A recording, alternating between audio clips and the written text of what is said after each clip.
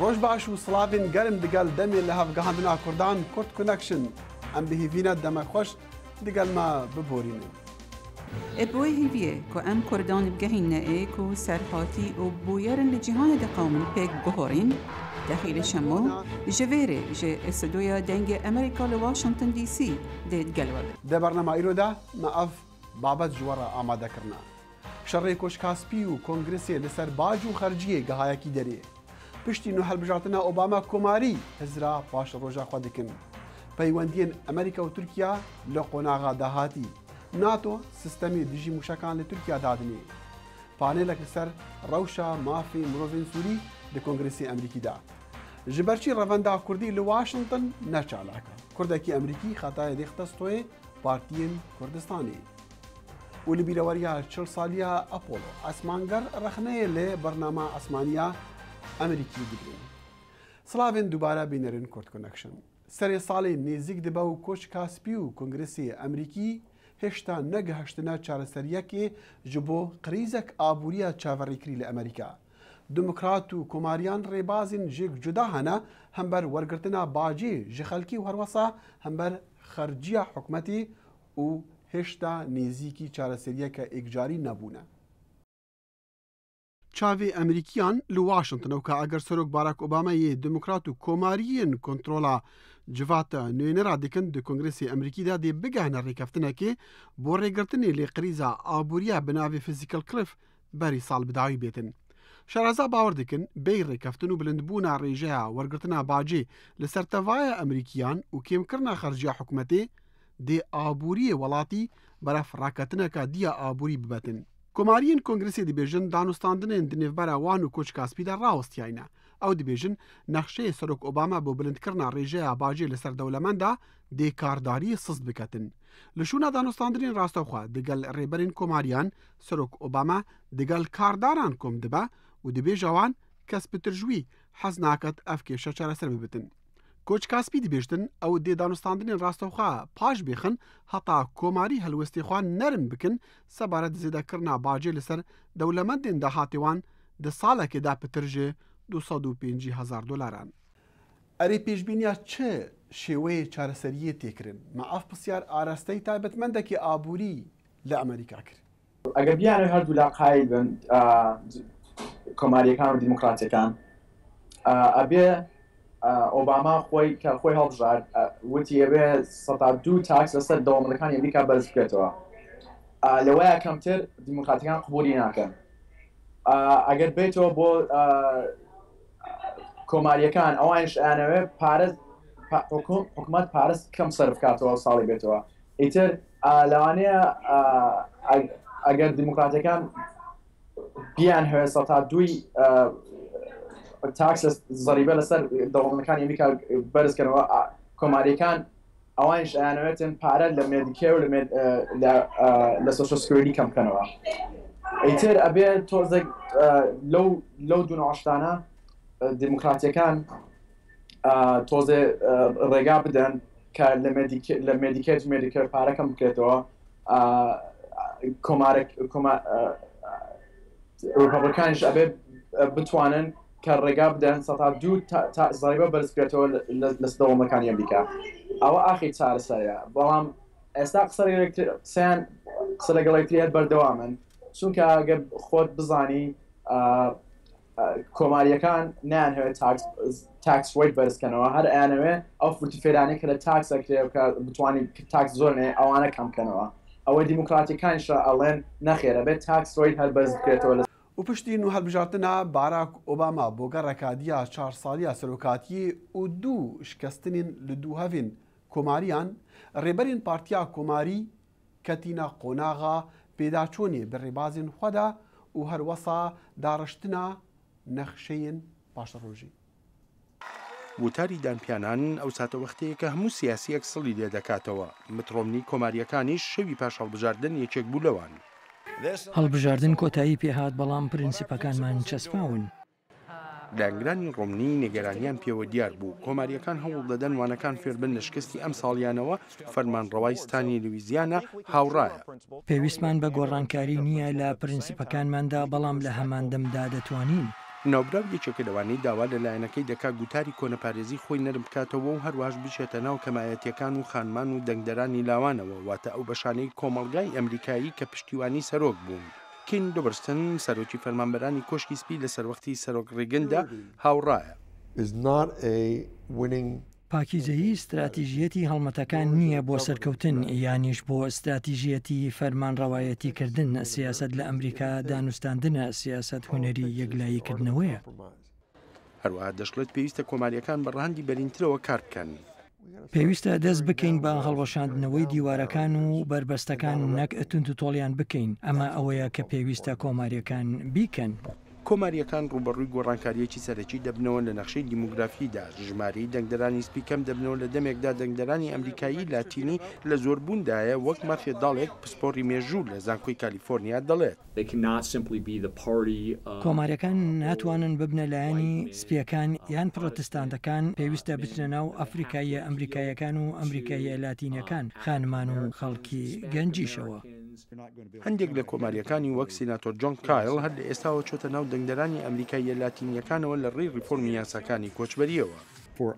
بۆ زۆرێک لەوانی لەم بەرنامەیەدا بەشدار دەبن یان دەکەوێتە سەر ڕێڕەوی وەرگرتنی ڕێگەزنامەی ئەمریکایی ئەگەر ئەوە خواستت بێت. تۆماس مانینگ لە نێوەندی بروکینگز دەڵێت کۆماریەکان پێویستیشان بە هێورکردنەوەی تونی وتارەکانیان هەیە. ئاساییە کۆنەپارێز بیت، بەڵام نەک دۆگما و چەقبەستوو. بۆیە پێویستە لەگەڵ ئاراستە گشتیەکانی سیاسەتی ئەمریکادا کار بکەن تا بزانن چەند هاوتەری بن لەگەڵیاندا.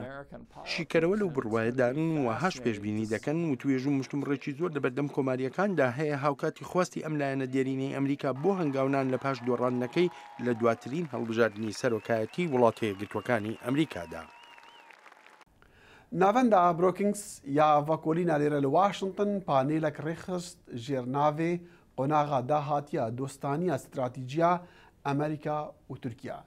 دێ پانێلێدا سێ ئەکادیمیên warê peywendiyên derveda باوەریên xwe diyarkirin li ser fakterên karîgerî hey li ser wê dostaniyê. Ez li wir amade bûm.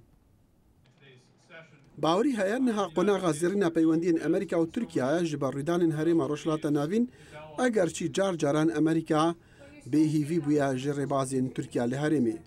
Ömer Taşpênar bawer diketin buhara Ereban cihê stratîjiya Tirkiya girngtir kiriye bi taybet partiyên ku dikevne ser desalatê partiyên İslamî ne û Amerîka kevxweş e AK Partî Partiya Dad û Pêşveçûnê ya Serokwezîr Erdogan dibite nimûne ji wan partiyan re.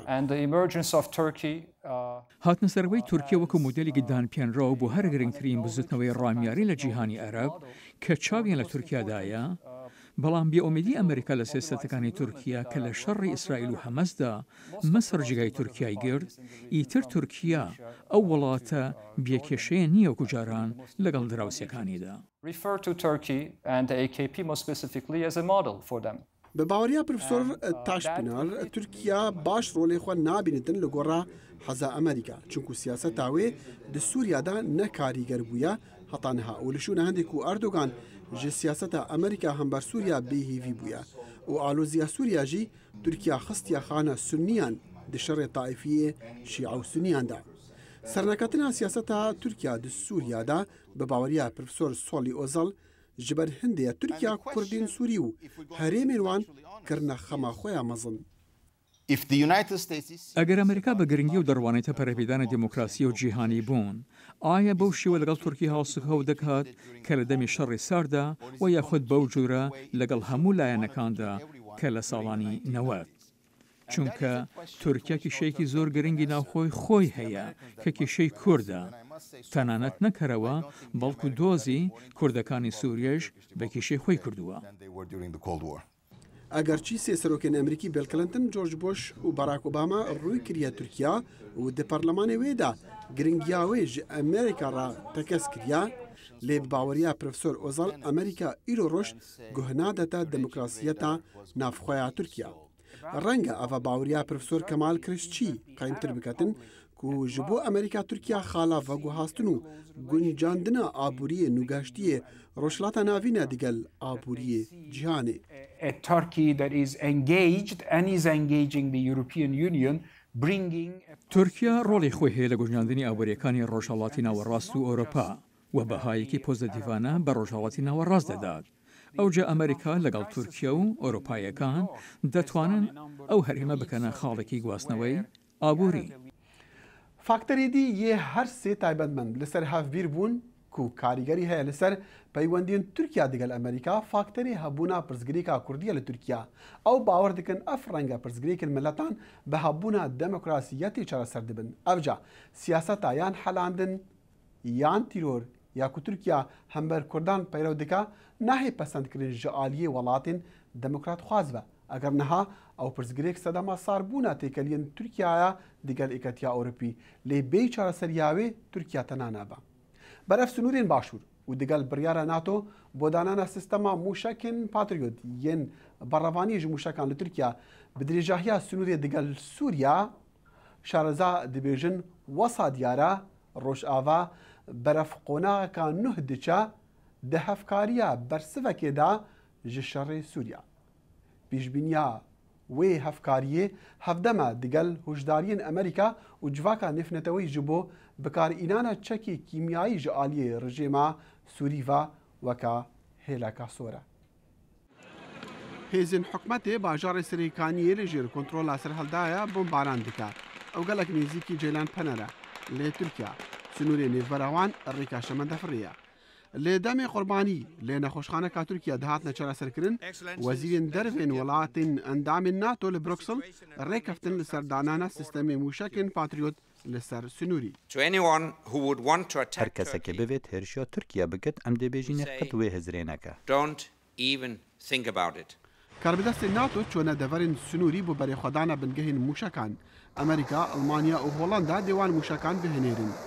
Berî nêzîkî du mehan du bombarankirina gundê Akçakalê de ji alî hêzên Sûrî ve pênc endamên malbatekê hatine kuştin. Hêzên Tirkî jî bersiv da. Lê sistemê Patriot Tirkiya ji wan renga hêrîşan naparêze. Taybetmend dibêjin Patriot li hember topxanê bêkarîgeriye lê dê li dijî firokan karîger bitin eger nêzik bin. Ev dê damezrandina devera bêfirîn bi sanahî biketin. Hevdem digel Serok Obama Sekreterî Giştiyên NATO jî hojdariya encamên xirabên bikarînana çekê kîmyawî dan. Şareza bawer dikin ev nîşana destpêkirina hevkariya Rojavaya li dijî rejêma Esed. Eger destûrdar gehişte wê radê Sûriya çekê kîmyawî bikarîna dê gelek zehmet bit NATO Amerîka dezvala bimînin. Ji Tirkiya re ev nîşana hevsoziyê ye. Hikûmeta Obama raya giştiya Amerîka hez nakin bikevne şerekî dî li herêmê. Evê bêhîvî li Enqere durustkiriye çinku bê hevkariya Washington Tirkiya neşet rolê bihêz li Sûriye bibînit. Dema ku danena sistemê berrevaniyê ji mûşekan yekem hevkariya civaka nêfnetewî ye lê hêşta nîşanên maytêkirina leşkerî di Sûriya de nexuyane. û hevdem digel van pêşbîniyan Komisyona Mafê Mirovan û Hevbenda Azadiya Kêmaniyên Olî li Kongresê Amerîkî panêlek rêxist bo behezkirina rewşa mafê mirovan li Sûriya. Ez li wê panelê jî amade bibûm. Hinek rêxistî dibêjin bersiva hikûmeta Sûrî ji bo serhildayên dijî rejîma Esed genocide e. Ji bo agehdariyan sebaret pêşirkirina mafê mirovan li Sûriya û pêşniyazkirina rênimayên bo rawestandina derdê mirovanî sê taybetmend li holeka Kongresê ji bo jimareka karmend û şîretvanên endamên Kongresê axiftin. There is overwhelming evidence that the Assad regime بەڵگەی زۆر و ئاشکرا هەن کە ڕژێمەکەی ئەسەد لە ڕێی هێزە چەکداریەکەیەوە لە ڕێی میلیشیەکانیەوە تاوانی جەنگیان ئەنجام داوە تاوانی دژی مرۆڤایەتی لەوانە کۆمەڵکوژی کوشتنی هەڕەمەکی ئەشکەنجەدان دەستدرێژیکردنە سەر ناموس بێسەر و شوێنکردن هێرشی خۆمپارەیی و ئاسمانی و چەندانی تریش لەم چەند مانگەی ڕابردوودا بەڵگەی بڕواپێکراو هەن کە ڕژێمەکەی ئەسەد بۆمبی هێشویی بەکارهێناوە دژی خەڵکی سیڤیل بە مناڵانیشەوە. Evidence has emerged implicating the Assad regime in the use of cluster bombs including against children. David Heidman got ji adara 2011 were rejima Esed cudahiyên nijadî û olî hand did û tirsê di nav kêmaniyan de belav diket ji dest halata selefî û tundriyan. Pişikdarên panelê li Kongresê ew jî got ku hêzên Rekaber û leşkerê azad jî tawan kirine û zêdegavî kirine ser mafê mirovan هەرچابە هێزیان ڕژێمێ درندەیە لە دژی مەدەنیان بکاتونن. Sexual violence is a significant feature of the conflict. تندو تیجیا جنسی پشکا برچا و تکشیدا لدگل هنده کم هاریکاریا قربانیت و تندو تیجی تتکرن و کلینا کمیتا لحوارچون یا ناف نتوئی دیار دکت کجنت سوری زدگاوی جنسی دوان تنکرن و ظلام و ریبر جواکه اگر سرکینه کمالبات جی سوریا تراون. جنت پنابر دبیجن اشعالی ظلام چکدار و یدی زدگاوی جنسی دوان هاتیه کرن. لگورا هنک ریخستین معافی مروفان دی 21 مهین ان راحتیان دل سوریا بترج 41,000 کسان هاتنا کشتن بترج 700,000 پنابر بونا لولاتن هفسنور و بترج 3 مليونان دناف ولاتی دا بیمال و حوانگه مانه. امریکا شد با دانان سوریای که پشتی اسدی بتر هاری کاری بکد. بیروی مافد مروفان و دموکراسی و کاری ل وزارت دربه پیشنیازت رخصی سوری امریکی بلاف کرینه که پدویه اف پیشنیازه بلس بین قبول کرن و هزر خوددان نسر آوا کرنا جواکا مدنی و پیس کرنا جنان و کیمانی دی و هاری کاری کرنا سوریت عادتی که او بخو بریار لسر پاشا روژا خو بدن. سبارت پسیارکی که اگر هشداری امریکا جبو بکارینان چکی کیمیایی جعالی اسد و هیلا سورا و واتای نادتن که هر زیدگاویه که دی جوه کمتر رژیم اسد جرا دستور دایا شرزای بنیادی آشتی گوت دوید ام زمانی داخویانیات بگهین. پێویستە ئاگاداری چۆنێتی بەکارهێنانی ئەو ڕاگەیاندانە و لێکدانەوەکانی بین بە تایبەتی ئەوانەی لەسەر بەکارهێنانی چەکی کیمیایین یانی وەها لێک نەدرێتەوە کە دەتوانرێت چەکی تر بەکاربهێنرێت. پێویستە ئەو دەستەواژانە بەکاربهێنرێن کە ڕوون و ئاشکرا بن و لێکدانەوەی هەڵەی بۆ نەکرێت. گەلۆچما گازندا ji revenda Kurdî li Washington û lê tevaya Amerîka têkirin çima ew revendek neçalaka. Nivîskar û rojnamevan Abdulqadir Muhammed Emîn gazindê dêxta استوی پارتین سیاسیین کوردستانی.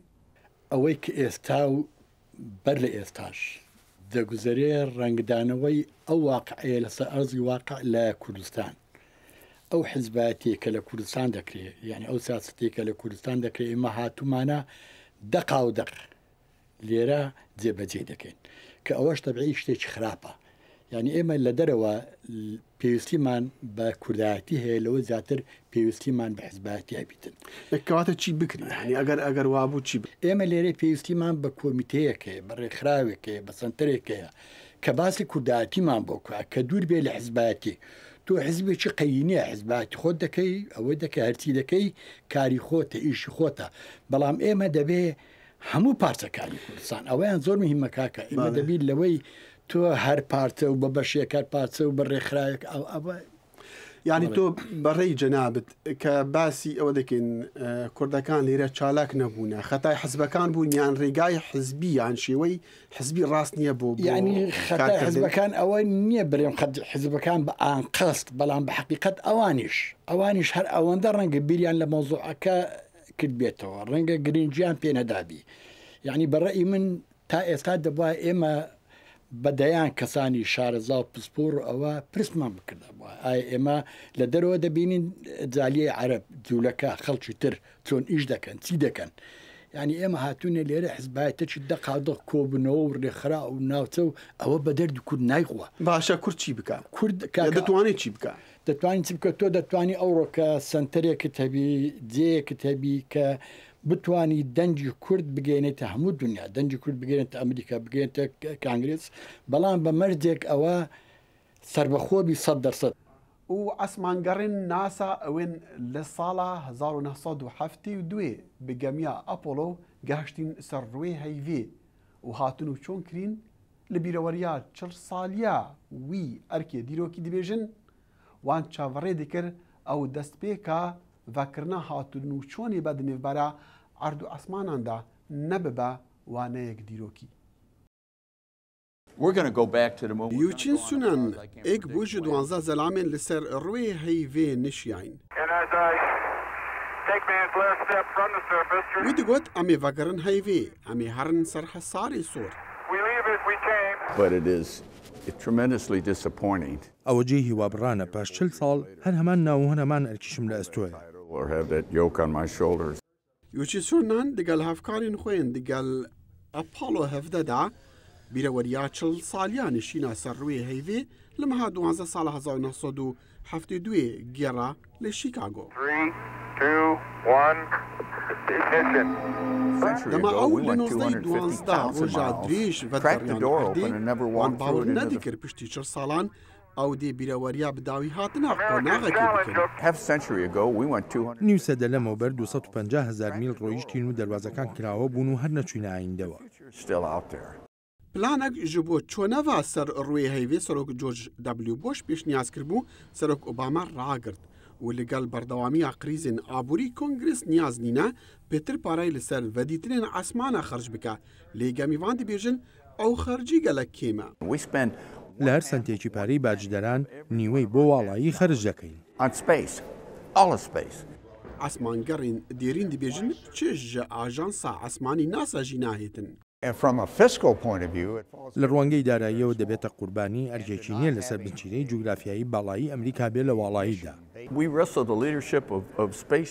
ئێمە 50 ساڵ لەمەوبەر لە ململانی پێشەنگی واڵاییدا بوون لەگەڵ یەکێتی سۆڤێت ئێستاش 50 ساڵ دواتر دەسەوسانین و ناتوانین ئەمریکاییەک بەرینە واڵایی. دەگەڵ ژگارخستنە گەمیا ئاسمانی هەفکاریە سپیس ئێکس گەمیا دروست دەکە ji بۆ veguhastina mirovan ji erdê bo valahiya esmanî û vegerandina wan. Çend salên dî dê dest bi kar be lê esmanger dibêjin ew nebese belkû divêtin nasa dest pêşxeriya çûna heyvê biketin.